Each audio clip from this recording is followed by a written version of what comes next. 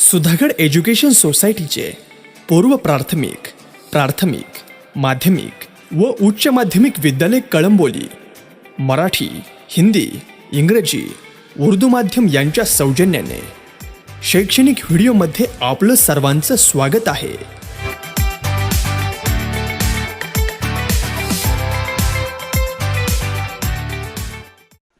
नमस्कार विद्यार्थी मित्रांनो, आपण मागच्या वर्षी भूगोलामधली पहिली ब्रांच जिला प्राकृतिक भूगोल आपण म्हणतो, त्या प्राकृतिक भूगोलाची मूलतत्वे आपण बघितली.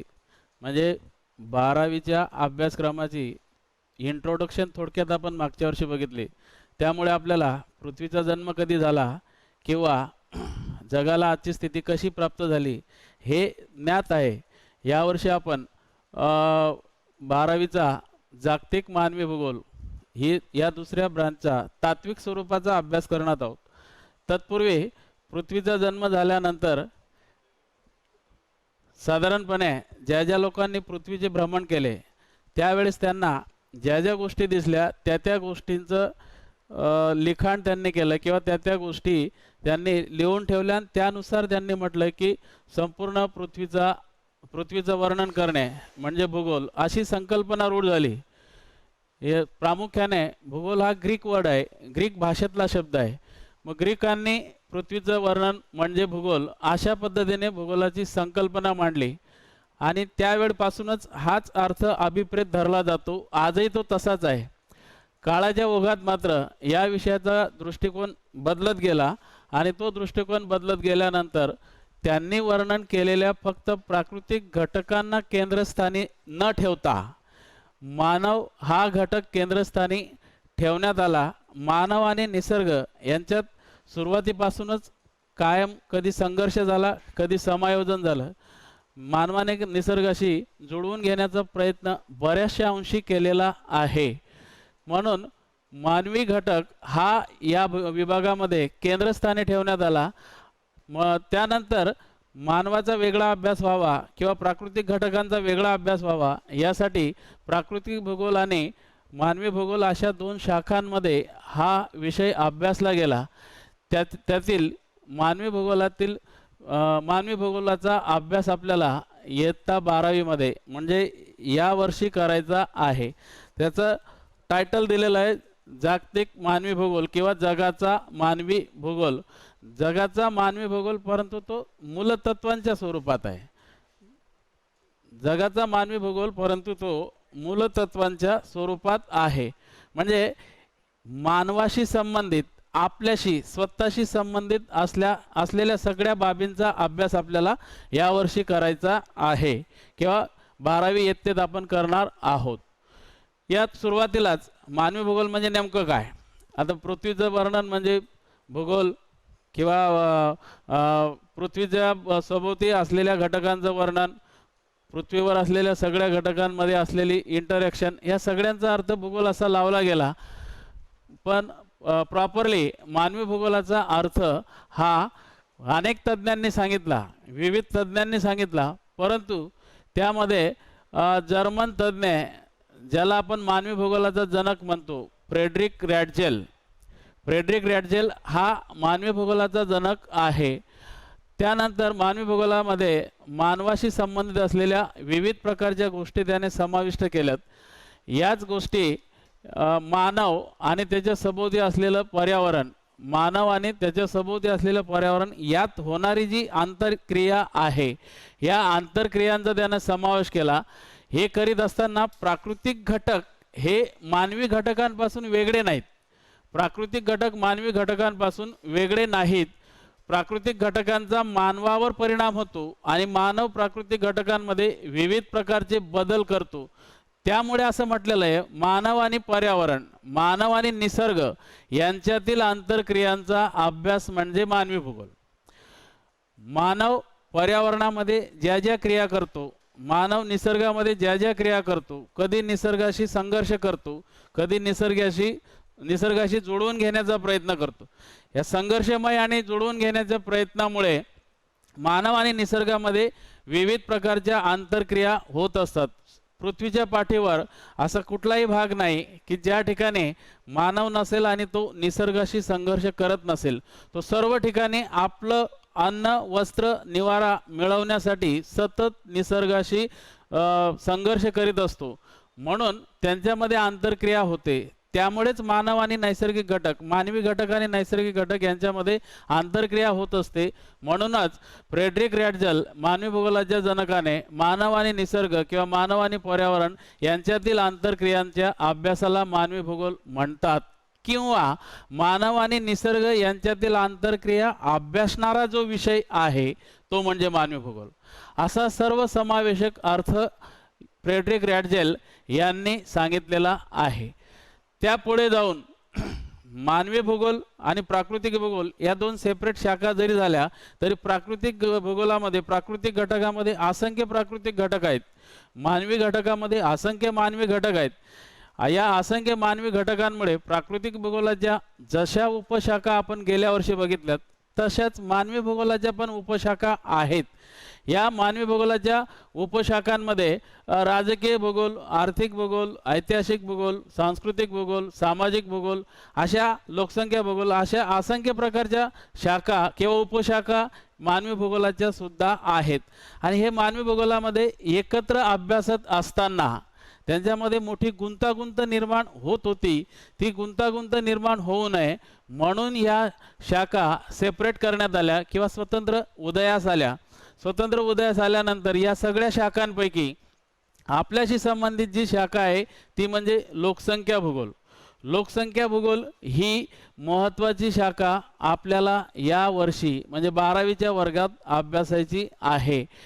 लोकसंख्या भूगोलातील काही घटक, मानवी भूगोलातील काही घटक, मानव करीत असलेल्या काही क्रिया आणि मानव ज्या समाजात वावरतो ते सामाजिक घटक, मानव ज्या राजकीय सरहद्दीमध्ये वावरतो तो राजकीय घटक, अशा सगळ्यांचा अभ्यास आपल्याला या वर्षी 12वीच्या अभ्यासक्रमामध्ये करायचा आहे.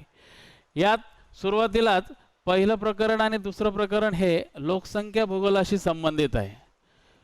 मानवी भूगोलाच्या मूलतत्वामध्ये म्हणजे या वर्षाच्या अभ्यासक्रमामध्ये लोकसंख्या भाग 1 हे पहिलं प्रकरण आणि लोकसंख्या भाग 2 हे दुसरं प्रकरण, म्हणजे सुरुवातीलाच 2 प्रकरणे ही लोकसंख्या अभ्यासावर आहेत. लोकसंख्या आणि लोकसंख्येशी संबंधित असलेले सगळे घटक ज्या शाखेत अभ्यासले जातात त्या शाखेला लोकसंख्या भूगोल म्हणतात, अशी ढोबळ व्याख्या आपल्याला करता येते. लोकसंख्येशी संबंधित म्हणजे लोकसंख्येची वाढ कशी होते, लोकसंख्येचे वितरण कसे होते, लोकसंख्येच्या वितरणावर कोणते घटक परिणाम करतात, लोकसंख्या एका ठिकाणाहून दुसऱ्या ठिकाणी कशी जाते, लोकांमध्ये असलेले वयरचना, लिंगरचना, लोकांमध्ये असलेल्या विवाह पद्धती, या सगळ्या गोष्टींचा अभ्यास यामध्ये आपल्याला करायचा आहे. म्हणून असं म्हटलेलं आहे या सगळ्या घटकांचा अभ्यास ज्यात केला जातो त्याला लोकसंख्या भूगोल असे म्हणतात. त्याची ढोबळ स्वरूपाची ही व्याख्या दिलेली आहे. यात प्रामुख्याने लोकसंख्येचं वितरण आणि त्याचा आकृतिबंध. आता लोकसंख्येचं वितरण कुठं कुठं कशा पद्धतीने झालेलं आहे किंवा त्या वितरणाला कोणकोणते घटक कारणीभूत ठरलेले आहेत, त्या वितरणावर कोणकोणत्या घटकांनी परिणाम केलेला आहे, लोकसंख्या कुठं दाट आहे, कुठं मध्यम स्वरूपाची आहे किंवा कुठं विरळ स्वरूपाची आहे, अशा पद्धतीने लोकसंख्येचा एक आकृतिबंध तयार होतो. त्या लोकसंख्येच्या वितरणाचा आणि लोकसंख्येच्या आकृतिबंधाचा या शाखेमध्ये लोकसंख्या भूगोलामध्ये प्रकरण पहिल्यामध्ये समावेश केलेला आहे.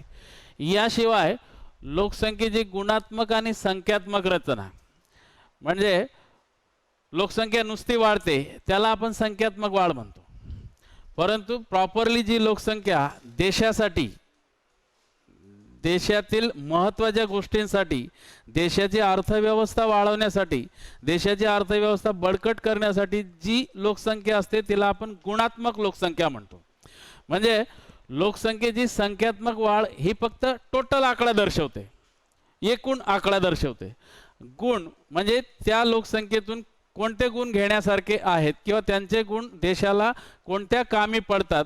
म्हणून गुणात्मक लोकसंख्या ही संख्यात्मक लोकसंख्येपेक्षा महत्त्वाची आहे. तर लोकसंख्येची गुणात्मक रचना आणि लोकसंख्येची संख्यात्मक रचना देखील यामध्ये समाविष्ट केलेली आहे. त्याच लोकसंख्येचा अर्थव्यवस्थेवर कसा परिणाम होतो. नुसती वाढलेली म्हणजे संख्यात्मक लोकसंख्या असेल, नुसती जास्त लोकसंख्या असेल तर त्यामुळे अर्थव्यवस्था खाली येते.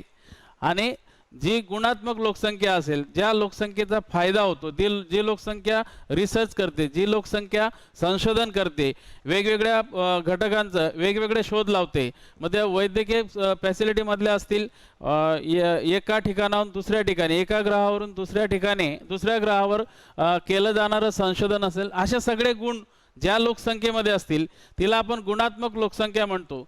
मग गुणात्मक लोकसंख्येचा देशाला फायदा असतो.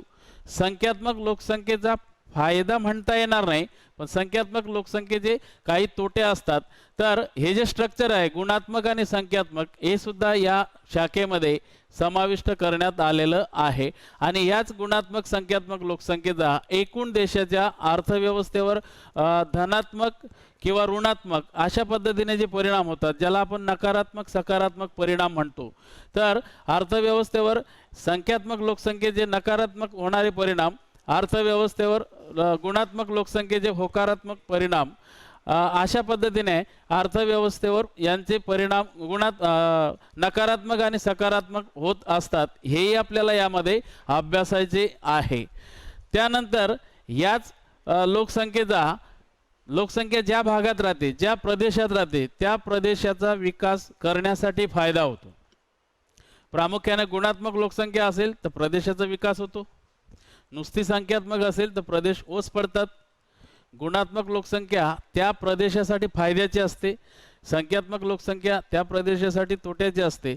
म्हणून गुणात्मक संख्येमुळे प्रदेशाचा विकास हा मोठ्या प्रमाणावर होत असतो. मग प्रदेशाचा विकास हा सुद्धा गुणात्मक लोकसंख्येवर, संख्यात्मक लोकसंख्येवर अवलंबून आहे. एवढे अभ्यासाचे मुद्दे आपल्याला यामध्ये करायचा आहे. याच गुणात्मक लोकसंख्येला प्रामुख्याने संसाधन किंवा संपत्ती म्हटले जाते. म्हणजे मानव किंवा लोकसंख्या ही राहत असलेल्या देशासाठी संपत्ती ठरली असेल तर ती गुणात्मक लोकसंख्या, ती सकारात्मक परिणाम देते. आणि लोकसंख्या नुसती संख्यात्मक असेल तर तिला संपत्ती म्हटलं जात नाही. संपत्ती म्हणजे काय? संसाधन. मानव हे एक संसाधन आहे.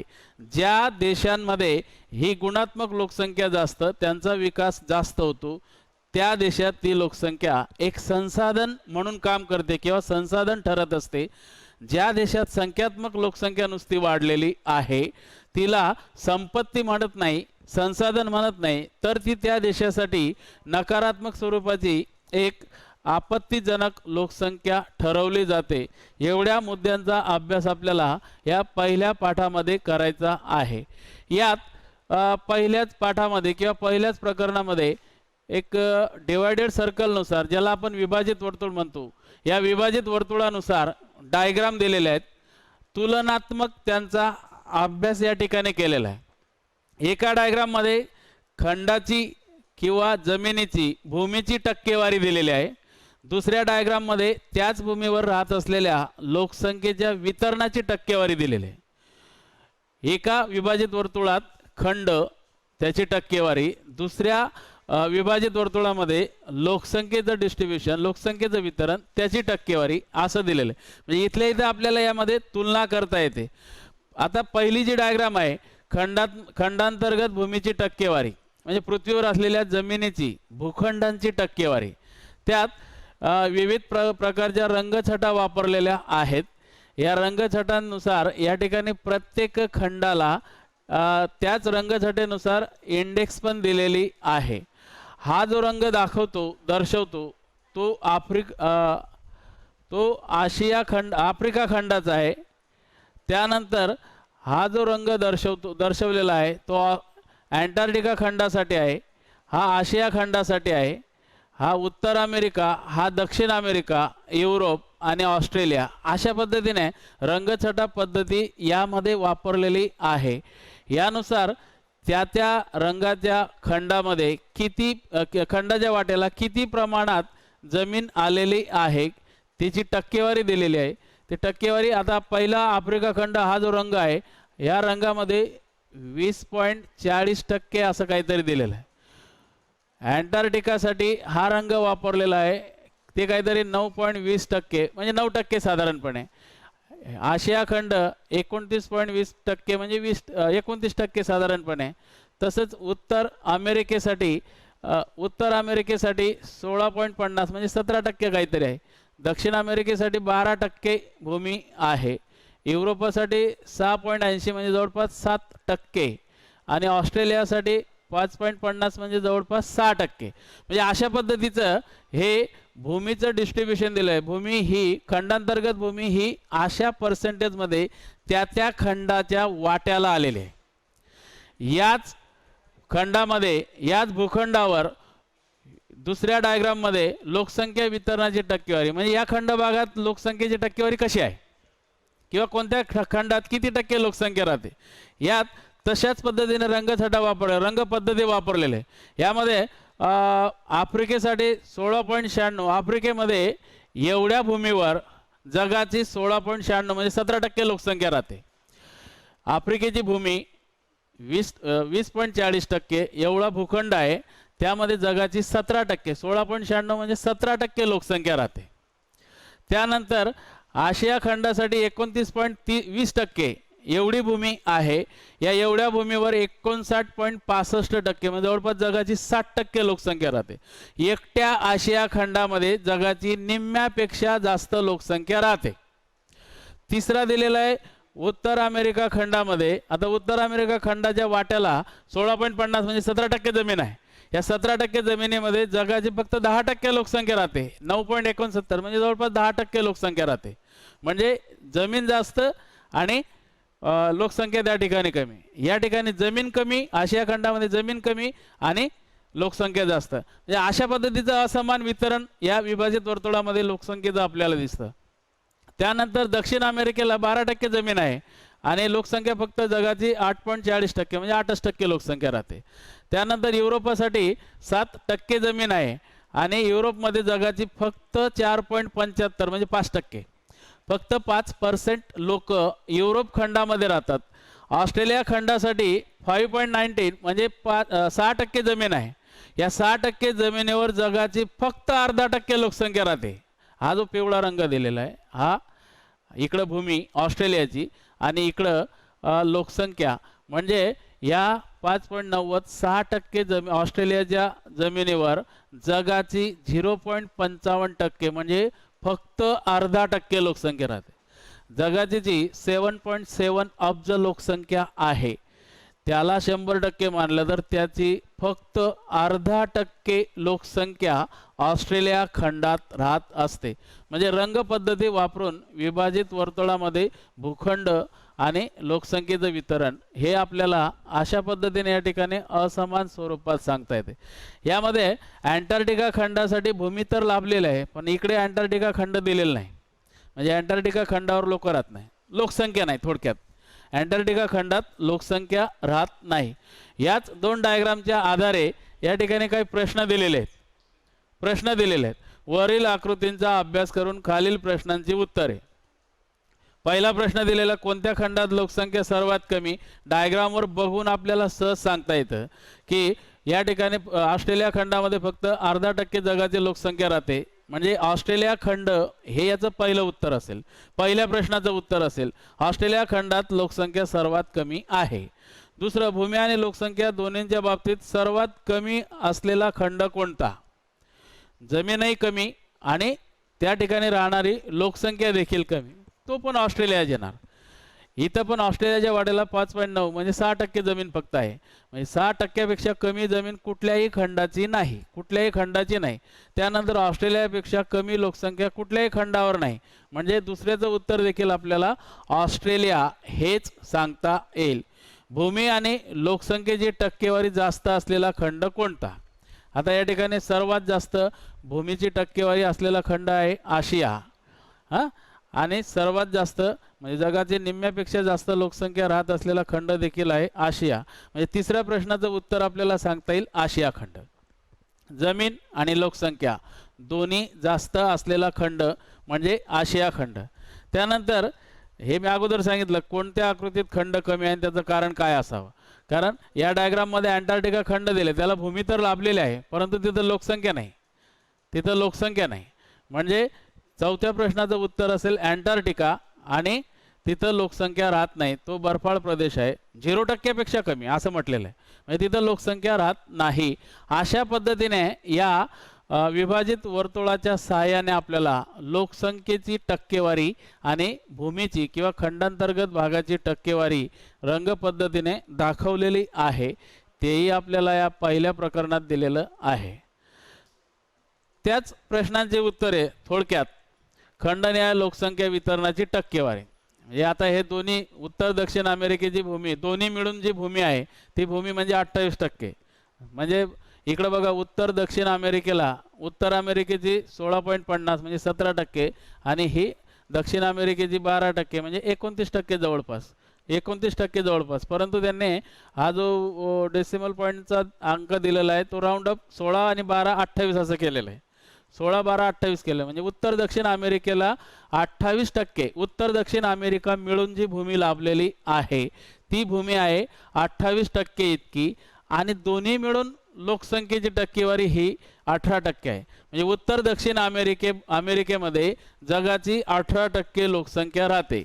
म्हणजे या ठिकाणी उत्तर अमेरिकेतली लोकसंख्या ही 9.69, दक्षिण अमेरिकेची लोकसंख्या ही 8.40 म्हणजे 8 आणि 9 17.69 म्हणजे जवळपास 18%. दोघांची टोटल ही 18% दिलेली आहे. दुसरा खंड जो आहे आशिया खंड, आशिया खंडाला तर सर्वात जास्त भूमी लाभलेली आहे, त्या भूमीचं प्रमाण 30% आहे. ते दोन्ही डायग्राममधून आपण बघितलं आणि त्या भूमीवर जगाची 60% म्हणजे निम्म्यापेक्षा जास्त लोकसंख्या राहते. युरोप खंडाची भूमी आहे फक्त 7% 7% आणि लोकसंख्या तिथं जगाची फक्त 5% राहते. ऑस्ट्रेलिया खंडासाठी 6% लोकसंख्या आणि जगाच्या 1%पेक्षा कमी म्हणजे 0.55% 0.55% एवढीच लोकसंख्या ऑस्ट्रेलिया खंडामध्ये राहते. म्हणजे अर्धा टक्के म्हणू आपण, 1%पेक्षा कमी. आणि अंटार्क्टिका खंडाला 9% भूमी लाभलेली आहे आणि तिथं लोकसंख्या अजिबात नाही 0%. म्हणजे विभाजित वर्तुळामध्ये भूमिखंड आणि लोकसंख्या वितरणाची टक्केवारी जी आपण बघितली तेच हे आहे. फक्त अंटार्क्टिका खंडासाठी मला हे सांगावं लागलं की अंटार्क्टिका खंडाची भूमी 9% आहे परंतु लोकसंख्या त्या ठिकाणी राहत नाही म्हणजे 0% मध्ये हा अंटार्क्टिका खंड येतो. आता त्याची कारणे काय असतील वगैरे वगैरे ते पुढच्या भागात आहे की तिथं लोकसंख्या का राहत नाही किंवा जे लोक जातात मायग्रेट होऊन थोडंफार संशोधन करतात परत, म्हणजे तात्पुरती लोकसंख्या ऑस्ट्रेलिया खंडात राहते, अशी परमनंटली तिथं राहत नाही, कायम स्थायिक स्वरूपाची लोकसंख्या तिथं राहत नाही. म्हणून आपण काय म्हणणार, ऑस्ट्रेलिया खंडाच्या 9% भूमीवर जगाची 0% लोकसंख्या राहते म्हणजे तिथं लोकच राहत नाही. हे आपल्याला यात सांगता येतं. त्यानंतर जागतिक भूमी आणि लोकसंख्या वितरण अगोदर जे आपण बघितलं त्या लोकसंख्या वितरणाच्या संख्येवरून असं स्पष्ट होत नाही तर विशिष्ट क्षेत्रफळात किती लोक राहतात म्हणजे त्याला आपण काय म्हणतो, दर चौरस किलोमीटर क्षेत्रफळात किती लोक राहतात.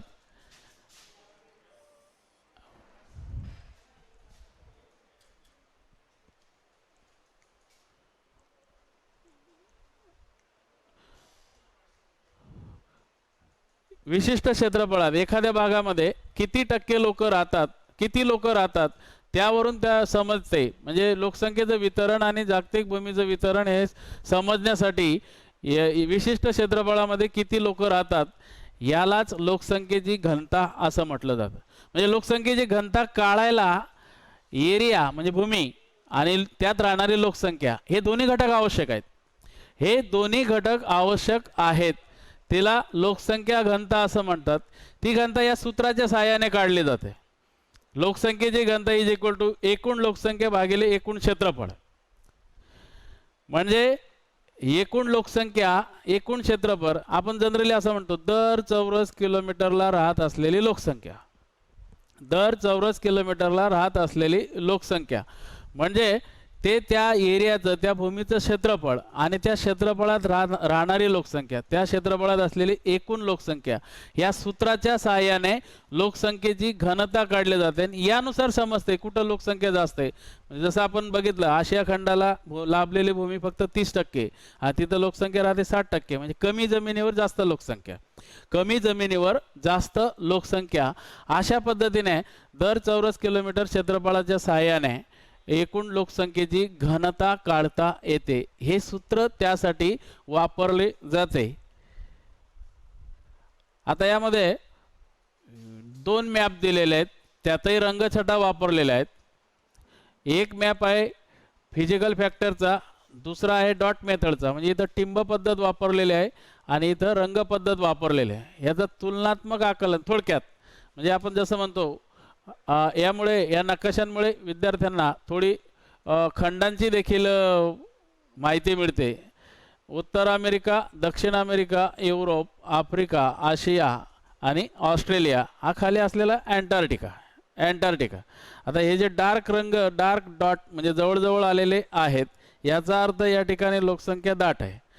म्हणजे हा भाग जो आहे दाट लोकसंख्येचा, दाट लोकसंख्येच्या भागामध्ये फिजिओग्राफी कशी असणार, मैदानी स्वरूपाची असणार. इथं दाट लोकसंख्या राहते, या विभागात दाट लोकसंख्या राहते. म्हणजे मैदानी किंवा विविध नद्यांनी, विविध नदी प्रणाल्यांनी तयार केलेलं मैदान. त्या सुपीक मैदानी प्रदेशामध्ये लोकांसाठी विविध प्रकारचे नैसर्गिक घटक पोषक असतात आणि त्या नैसर्गिक घटकांच्या पोषकतेमुळे लोकसंख्या दाट होते. म्हणून एका नकाशामध्ये जे डॉट दाखवलेले आहेत, याचा अर्थ लोकसंख्या त्या त्या भागात दाट आहे. जिथं थोडेसे विरळ आहेत तिथं जनरली प्राकृतिक दृष्टिकोनातून तिथं पठारी भाग आहे. पठारी भागामध्ये म्हणजे त्या त्या खंडाचे, त्या त्या देशाचे पठार त्याला कारणीभूत ठरलेत. पठारी प्रदेशातली जी परिस्थिती आहे ती त्याला कारणीभूत ठरते. आणि जिथं लोकसंख्याच नाही किंवा एकदम विरळ आहे, असे जे घटक आहेत हे टोपोग्राफीनुसार, फिजिओग्राफीनुसार पर्वतीय प्रदेश आहेत. पर्वतीय प्रदेश असतील, बर्फाळ प्रदेश असतील, हा विषुववृत्तीय प्रदेश असेल, इकडं अँटार्क्टिका खंडाचा प्रदेश असेल, इकडं ध्रुवीय प्रदेश, दोन्ही ध्रुवावर. अशा पद्धतीने प्राकृतिक घटक या लोकसंख्येच्या जास्त किंवा कमी, जास्त किंवा विरळ किंवा जास्त कमी करण्यास, म्हणजे असमान वितरणास थोडक्यात कारणीभूत ठरतात. हे आपल्याला नकाशावरून दर्शवता येते किंवा सांगता येते. जागतिक लोकसंख्या वितरणाचा आकृतीबंध प्राकृतिक रचनेशी, म्हणजे जसं नकाशामध्ये जी तुलना केली, ती तुलना केल्यास हे 2-4 मुद्दे लक्षात येतात. जागतिक लोकसंख्या वितरणाचा आकृतीबंध, याची प्राकृतिक रचना, लोकसंख्या वितरण आणि प्राकृतिक रचना यांच्या तुलनेनुसार हे 2-4 मुद्दे लक्षात येतात. पहिला मुद्दा दिलेला आहे, बर्फाळलेली जमीन असेल तर त्या ठिकाणी खूप कमी लोकसंख्या राहते. म्हणजे पृथ्वीच्या दोन्ही ध्रुवाजवळ, पृथ्वीच्या दोन्ही ध्रुवाजवळ, उत्तर ध्रुव आणि दक्षिण ध्रुव, उत्तर ध्रुव आणि दक्षिण ध्रुव दोन्ही ध्रुवाजवळ जगाची लोकसंख्या खूप कमी राहते. हा पहिला मुद्दा लक्षात येतो. दुसरं, जगातल्या ज्या ज्या भूखंडावर वाळवंट निर्माण झालेले आहेत, त्या वाळवंटी प्रदेशातही मानवाला पोषक घटक नसतात किंवा कमी प्रमाणात असतात. म्हणून वाळवंटी प्रदेशात देखील खूप कमी प्रमाणात लोकसंख्या राहताना दिसते. तिसरा भाग दिलेला आहे, पर्वतीय प्रदेशात विविध प्रकारचे नैसर्गिक घटक जे असतात ते मानवाला अपकारक असतात, मानवाला पोषक नसतात. म्हणून पर्वतीय प्रदेशात देखील खूप कमी लोकसंख्या आढळते, खूप कमी लोकसंख्या राहते. त्या व्यतिरिक्त मैदानी आणि किनारी भागात मात्र लोकसंख्या जास्त राहते. याच्या तुलनेनुसार लोकसंख्येचं वितरण आणि प्राकृतिक घटक, म्हणजे हा मैदानी भाग, किनारी भाग हे प्राकृतिक घटक. इथं पर्वत, वाळवंट, बर्फाच्छादित प्रदेश हे या ठिकाणी प्राकृतिक घटक आहेत. तर हे प्राकृतिक घटक, मैदानी प्राकृतिक घटक, किनारी प्राकृतिक घटक दाट लोकसंख्येचं कारण बनतात. कारण लोकसंख्येला हे आकर्षित करतात, लोकसंख्येला हे पोषक ठरतात. या ठिकाणी विविध प्रकारचे उद्योग, व्यवसाय, विविध प्रकारच्या सवलती, विविध प्रकारच्या संधी मिळतात लोकांना. म्हणून मैदानी आणि किनारी भागामध्ये जास्त प्रमाणात किंवा दाट प्रमाणात लोकसंख्या राहत असते. त्यानंतर हे एक एक्झाम्पल दिलेलं आहे. प्राकृतिक रचनेव्यतिरिक्त लोकसंख्या वितरणावर घनदाट वने किंवा एक कॉन्ट्रावर्सी म्हणून एक ॲमेझॉन खोरा आहे. ॲमेझॉन खोऱ्याचा जवळपास संपूर्ण अभ्यास झालेला नाही किंवा संपूर्ण ती दृष्टीपशात आलेली नाही. म्हणून ॲमेझॉन खोऱ्याचा जो विषुववृत्तीय पट्टा आहे दाट जंगलाचा, घनदाट वनांचा, त्या ठिकाणी मात्र लोकसंख्या खूप कमी किंवा जवळपास नाही अशा पद्धतीने राहते. म्हणून हे घटक जरी नसले, इतर घटक म्हणजे वने असतील किंवा नदी असेल, नदी खोरे असेल, तरीसुद्धा लोकसंख्या विरळ करायला, लोकसंख्येच्या असमान वितरणाला, लोकसंख्या कमी व्हायला नदी खोरे देखील कारणीभूत ठरतात. हे एक त्याचं फक्त उदाहरण या ठिकाणी घेतलेलं आहे. त्यानंतर ओके, थँक्यू.